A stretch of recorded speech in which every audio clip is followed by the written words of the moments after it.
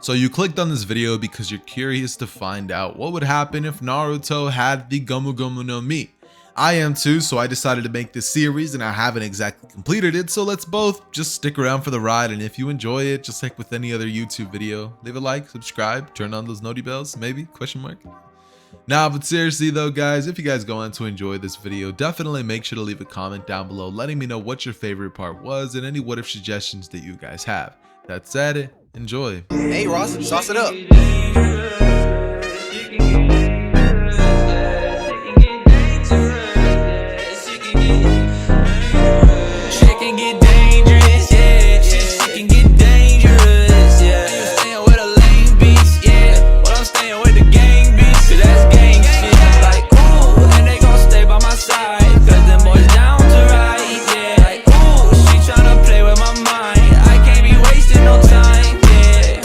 My regular approach to what ifs has always been very simple. Usually I start off with a concept and then I pretty much just take that concept, apply it to a Naruto, and see how his personality would change according to the power and the new circumstances that I hand him during his childhood. That's usually what shapes out the rest of the story. But for this specific what if, I decided that writing a story where Naruto was just Luffy's reincarnation and had a couple of his extra powers was most likely going to result in a very similar story that didn't really resonate with me that much. So then I decided, you know what, let me just give him his entire personality. The whole thing, word by word, and pretty much turn this what if into what if Luffy was a Naruto. So it's pretty much still going to be what if Naruto was Luffy's reincarnation, but not really. Anyways though, the way that I see this story going down is, number one, obviously Naruto's still going to be getting the nine-tailed fox, right? Naruto's still going to be having it and he's still going to be treated terribly by the people of the village. But Naruto doesn't care. He is not sitting there searching for the attention of everybody else. But would he also at the same time? Because obviously we know that Luffy wanted to become the king of the pirates to be the most free in the world. And being a Hokage doesn't really entail too much freedom. I mean, it's the greatest position of power, but Luffy doesn't want to become king of the pirates because he wants to be king of the pirates. He wants to be king of the pirates to be free, to achieve his goal that lies even beyond that. And since we don't know what his goal is or even the full extent of his power quite yet, I decided that instead I'm gonna have him go for something else. He wants to pretty much become the strongest because he wants to change the ninja world. He wants to change the way that people act, and he wants to show people that wars are not necessary, killing is not necessary, and the way of a ninja life is just ultimately just not worth it. He pretty much has Itachi's ideals with a more go-lucky personality that is not going to allow him to take those same decisions. He's going to find options even when there is no options, and that's just the character that we're going to be fiddling with for this what if. Pause. But anyways, we start with the very first scene of Naruto, which we're basically going to have it be Naruto walking into his academy classroom with everybody looking at him, and you know, kids being like, oh, that's the kid that everybody says not to hang around with. He's a weirdo. Apparently I heard he can stretch out or something like that. Naruto says, you know, he sticks out his tongue and he holds his eye down and he's like, you guys suck anyways. I would never want to be friends with you guys. He goes towards the back and has just this smile on his face that people just wonder why he's so happy. They hate it, honestly. He's not sitting there laughing, trying to be the class clown, but he's just laughing because he's having a good time. He literally finds it funny yet people are scared of him. He purposefully acts like a demon just to get a rise out of people, and he finds it hilarious. A couple of people would finally begin to realize that Naruto is not that bad of a guy actually, and he would finally begin to have those friends such as Shikamaru and Choji. Post time skip, we would then end up having Naruto be a completely, older version of himself. He's about 13, 14, 16. Let's go with 16. Let's up the ages of these characters a ton, right? 16 years old, and by now he has about the same control with his powers as, say, Luffy did by the Water 7 arc. Let's say he has about that much control. The Water 7 arc, he still doesn't have second gear. He just pretty much has just normal Luffy. It's just kind of normal Luffy, right? He just has the basic Gomu Gomu no Mi attacks, and he doesn't really name them Gomu Gomu no Mi, but just for the simplicity of the what if, I'm gonna be referring to them as that, just because it would make a lot more sense for me to say Gomu Gomu no Pistol than for me to simply just be like, he stretches his arm out and punches, right? It's a lot more recognizable. But regardless of that, we're basically gonna be having this little period in time where Naruto is kind of just like vibing, right? Like he's hanging out with a couple of his friends that he has. At this point, he's practically been accepted just because of this energy that he has, this ability to make allies. So his entire classroom pretty much likes him. And even Sasuke has to admit that he's not that bad of a guy. While he does get annoying every now and then, he has to admit that he has a bit of an infectiousness to his personality. Eventually though, the team stuff would be announced and Mizuki would still try to pretty much get somebody who failed the test to, you know, steal the scroll of sealing, but he would be busted by Hiruzen since he was watching him via the crystal ball.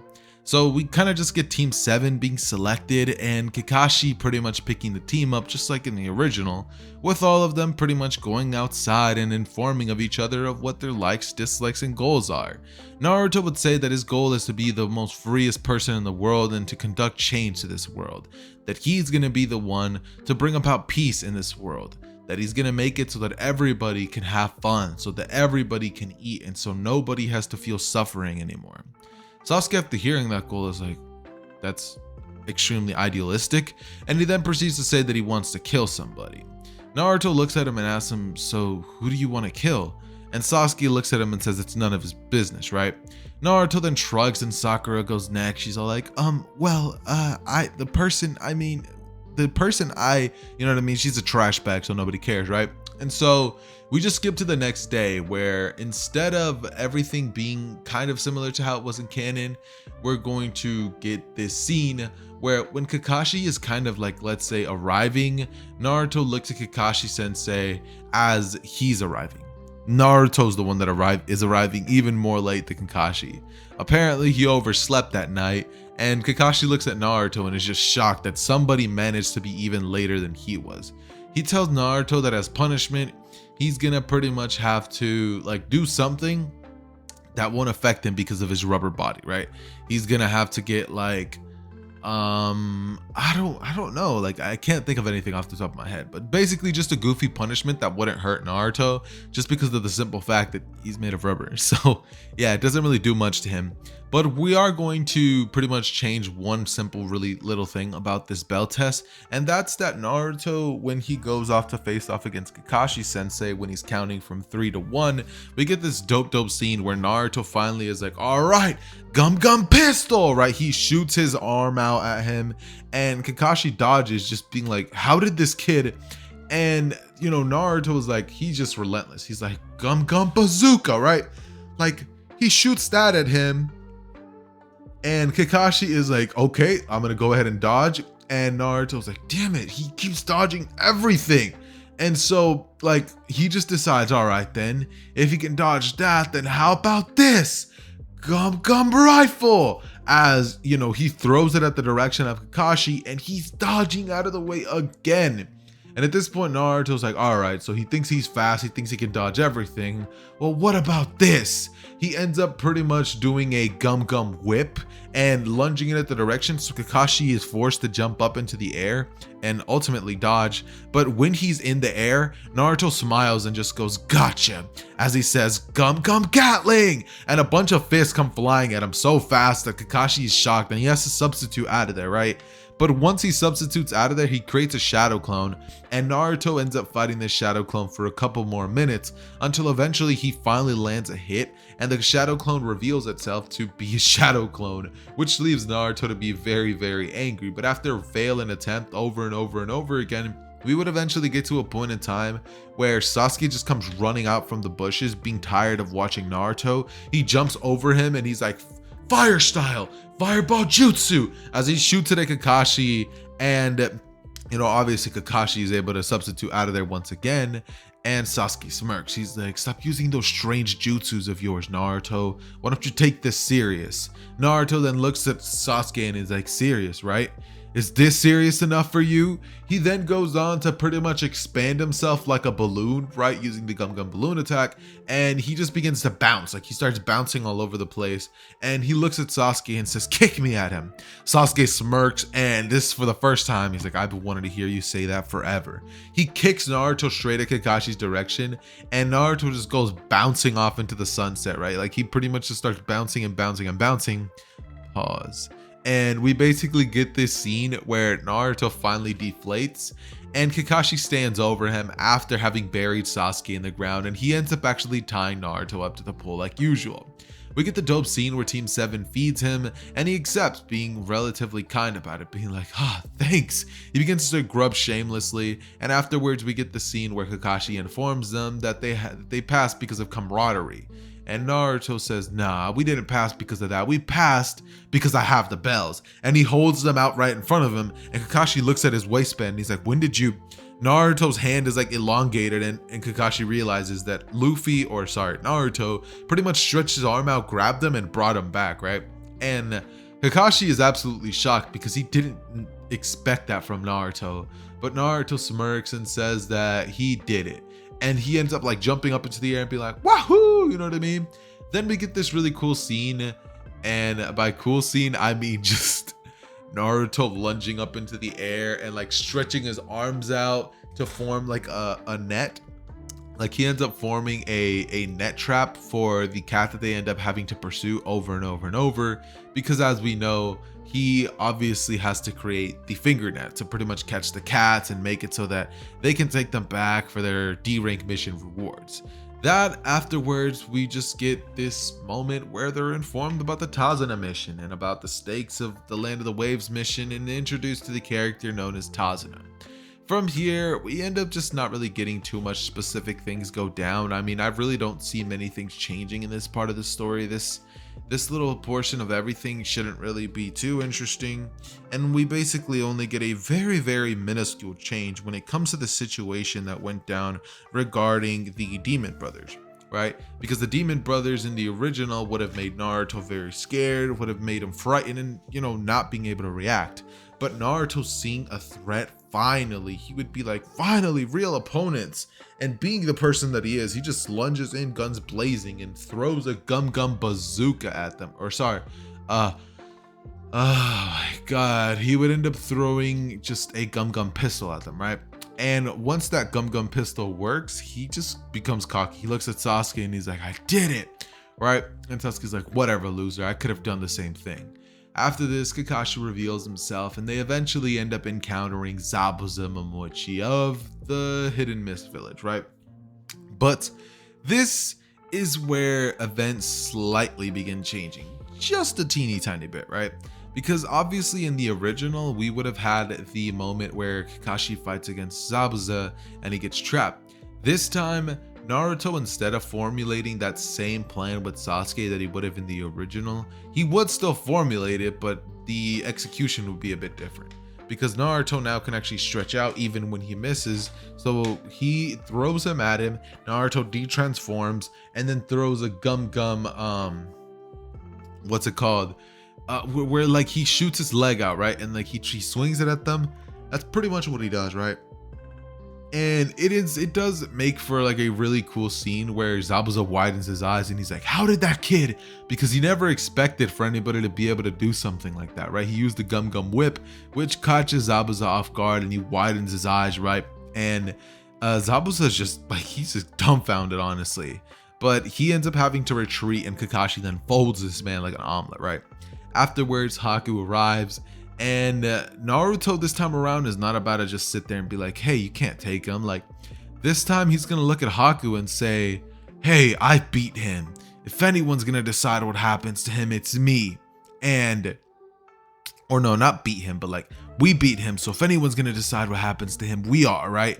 And Haku like gets into a fighting stance, sweat begins to drop down, and Kakashi pretty much ends up getting in the way of Naruto, explaining that they can't really prevent anything here. But Naruto says, nah, we could, as he stretches out his arm, grabs Zabuza and says, take him. I got this. I've been itching for a fight. as you know, he pretty much ends up slamming both of his fists together and says, "Let me at him." And from here we get this scene where Haku pretty much just decides that he has to fight. Now Kakashi being exhausted, Sasuke having to fight, with Sakura having to actually hold Zabuza or Tazuno safe, and also watches Zabuza, who is now currently knocked out, right? But from here, we end up getting this moment where the entirety of Team 7, quote unquote, well, I mean, yeah, it is the entirety because Sakura doesn't count, right? So we get the scene where the entirety of Team 7 like pretty much fights off against Haku, and it would actually finally teach Naruto about a blatant weakness that he has. He doesn't really do too well when it comes to the cold. The cold seems to affect him quite a bit more than anybody else, because rubber, you can't really freeze it, because if you freeze it at that point you could actually break it, you know what I mean? So Naruto is having a bit of a hard time dealing with this opponent than he would with any others, so he would end up pretty much deciding that enough is enough and he's gonna put an end to this battle. We would have a scene where Sasuke's fighting off against Haku, hand-to-hand combat. Haku's holding back just a slight bit, but decides to get serious because Zabuza's life is actually on the line right now. So Kakashi's forced to act in a more like offensive way, and Haku's actually displaying more and more power, being able to actually begin to overwhelm, Kakashi out in speed, showing Naruto that there's people so fast that even if his attacks are unorthodox, they're just so fast that they could actually dodge it. So this would give Naruto the motivation to actually have to step it up. And we would then get this moment where Luffy, or Naruto, sorry, ends up having this realization that he needs to push himself further. So here is where he ends up activating second gear, right? And once he does this and his blood flow would begin to go crazy, he begins to pretty much lunge at the direction of Haku, where we get this really, really dope scene where Naruto's actually able to keep up with Haku. And it's extremely impressive because keep in mind, Haku is not slow. Like, Haku is not a slow character by any means whatsoever. Even in Shippuden standards, Haku wouldn't be considered slow. So Naruto is moving at the very minimum Jonin levels of speed, right? And Naruto is actually keeping up extremely well with Haku. It's completely insane. It is ludicrous how good he's able to actually keep up with Haku. He begins using his strange attack just like usual, and we get this dope scene where he pretty much ends up using the Gum Gatling just like usual, which would end up catching Haku completely off guard because of just the speed of the attack, and this would actually lead him to be able to use more and more attacks, which he would be able to ultimately use to defeat Haku and finally lead an end to the battle.